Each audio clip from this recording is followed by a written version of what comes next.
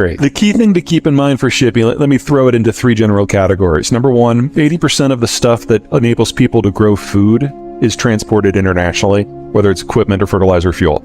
Only 20% of food is traded internationally, but 80% you need the inputs to grow it in the first place. Number 2, roughly half of all oil is shipped on the ocean blue, typically by supertanker, along with everything that comes out of the Persian Gulf. And then number 3, safety on the waves is what allows us to have the East Asian manufacturing model, which is a fancy way of saying the manufacturing model, because roughly half of all manufactured goods are produced in East Asia, and you will get components coming from Thailand versus Indonesia versus China versus Korea versus Japan. But the key thing to remember is less than 1% of that shipping happens on land. Wow. Korea is in effect an island. Japan is an island. Most of the Southeast Asian countries are either islands or peninsulas, and they're ringed by mountains. So physical connections independent of maritime trade in Asia almost don't happen at all. Certainly, and the book is about how this happens on a decade's time scale, how the 2020s were always the decade that was always going to break down in. But events in just the last couple of months are speeding this up. A lot of this is probably going to be front-loaded.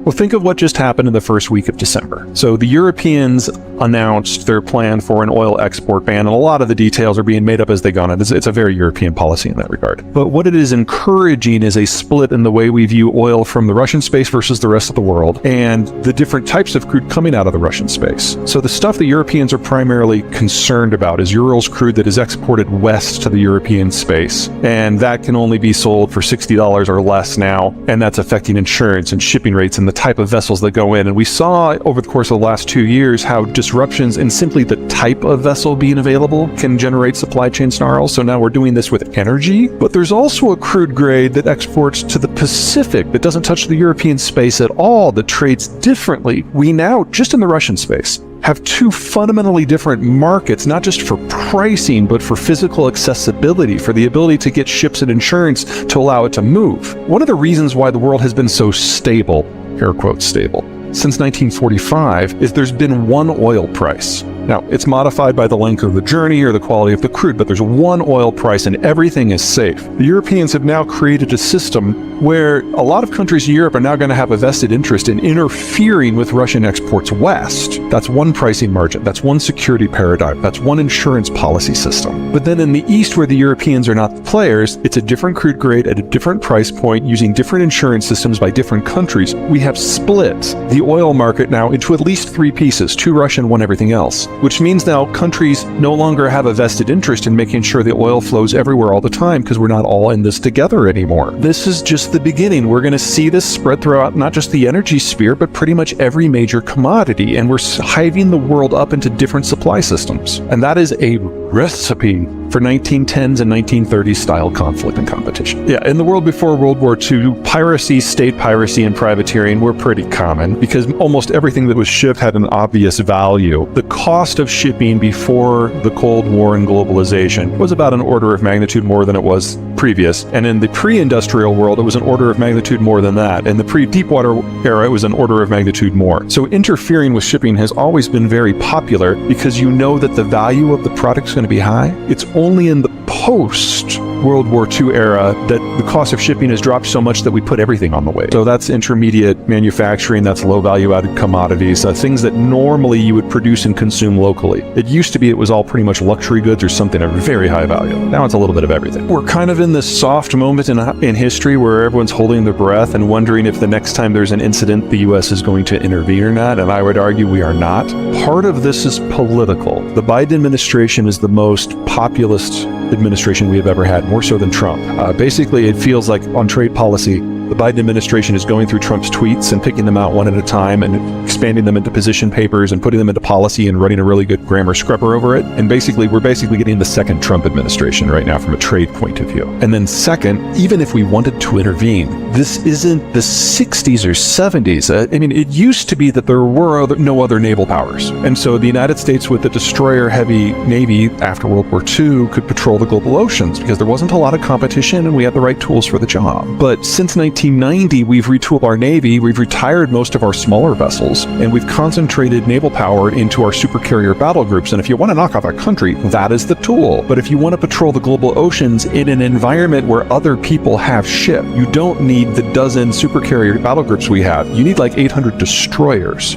We only have 70. So even if we wanted to be the global policeman and patrol the waves, we no longer have the physical capacity to do it. Now, that sounds bad, and it is, but keep this in mind. The United States is the least maritime trade-dependent country in the world. Only 12% of our GDP is from trade. About half of that is NAFTA. We're not the ones who suffer if global trade breaks down. China's at the top of that list. Europe is a close second. China utterly lacks the naval capacity to project power more than about 1,000 miles from its coast, and it is completely dependent upon resource access and market access in countries that are half a world away. Now, the Chinese currently have 3 aircraft carriers floating. The first one used to be a casino. They will never claim that it is combat capable. They just bought it from Ukraine to refurbish it so they could learn how it works. Okay. Their second one is a clone of the one that used to be the casino.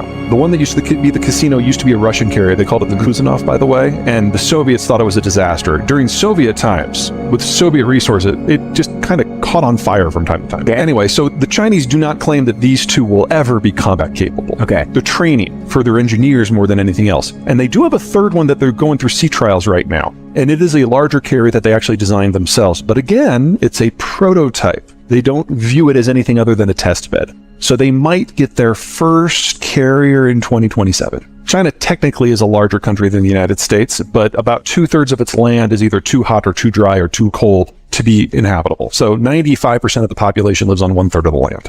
Of that 95%, 70% lives in the North China Plain, which is an area that's not much bigger than the United States east of the Mississippi, maybe about 2/3 the size of that. So you're talking 1 billion people in one footprint. That footprint is flood prone, drought prone, and the river is actually, after 3,000 years of habitation, the river bed is above the surrounding land area, so it just flows down a dike. So if they get a heavy rain, the dike overflows and the river goes down into where people live. Yeah, so when you hear about flooding in northern China, just run. There's no fix here. The land is relatively low productivity. In the south, you've got tropics and you've got mountains, so it's difficult to have integration. Hong Kong has always been a separatist area, even before it was called Hong Kong. And then you've got mountains and jungles separating it from Southeast Asia and India, but then you've got the great wide open of the Eurasian steppe connecting it to the Russian space. And off the coast, you don't have an ocean of moat. You've got all these secondary powers, Taiwan, Indonesia, the Philippines, Japan. And so China has never been able to penetrate out, but because they have a hard time unifying at home, others have often penetrated in. It's not the worst geography in the world. That's probably Afghanistan, but it's definitely in the bottom 10%. And it's only because the Americans unified the world into globalization that China exists as it does today, because we basically told all the countries that were preying on China to go home. Hell, we nuked Japan to underline that point. And so for the first time in Chinese history, the Han Chinese have been able to develop the way that they wanted to. And then Nixon and Mao had their summit and brought China into the globalized system to bring it away from the Russians. So I don't want to suggest that the Chinese played no role in their own success, but without the change in the strategic environment of Eisenhower and then ultimately Nixon, none of this